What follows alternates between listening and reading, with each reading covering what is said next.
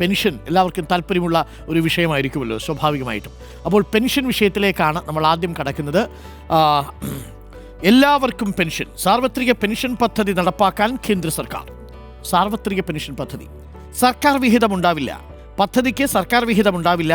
നിശ്ചിത തുക മാസമടച്ച് 60 വയസ്സായാൽ നിശ്ചിത തുക പെൻഷനായി നേടാം.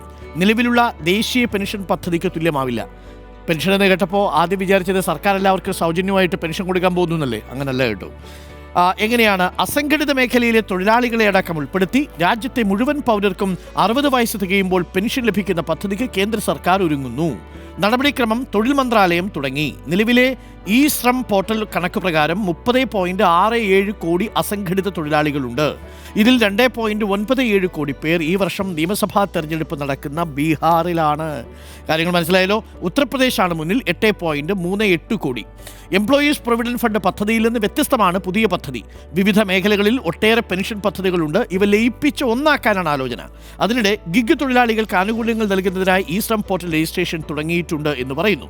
വഴിയോര കച്ചവടക്കാർ, വീട്ടുജോലിക്കാർ, തൊഴിലാളികൾ തുടങ്ങിയവർക്കുള്ള PMSYM പദ്ധതി, അടൽ പെൻഷൻ യോജന, 60 വയസ്സായാൽ കർഷകർക്ക് ലഭിക്കുന്ന കിസാൻ മാൻധൻ യോജന, ഗിഗ് തൊഴിലാളികൾക്ക് പ്രഖ്യാപിച്ചിട്ടുള്ള പദ്ധതികൾ, അങ്ങനെ എല്ലാ പദ്ധതികളും കൂടി ഒരുമിച്ച് ഒരു പെൻഷനായിട്ട് മാറുന്നു. പ്രയോജനപ്പെടുന്നവർ വീട്ടുജോലിക്കാർ, സ്വകാര്യ ജീവനക്കാർ, ഗിഗ് വർക്കർമാർ, നിർമ്മാണ തൊഴിലാളികൾ, സൈക്കിൾ റിക്ഷ തൊഴിലാളികൾ, സ്വയം തൊഴിലുകാർ എന്നിവരാണ്. അപ്പോൾ പദ്ധതി 60 നമുക്ക് പൈസ അങ്ങോട്ട് അടച്ചിട്ട് 60 വയസ്സ് കിട്ടുമ്പോൾ, 60 വയസ്സ് കഴിയുമ്പോൾ നമുക്കൊരു നിശ്ചിത പണം തിരികെ പെൻഷനായിട്ട് കിട്ടും എന്നാണ് പത്രം ഇപ്പോൾ പറയുന്നത്.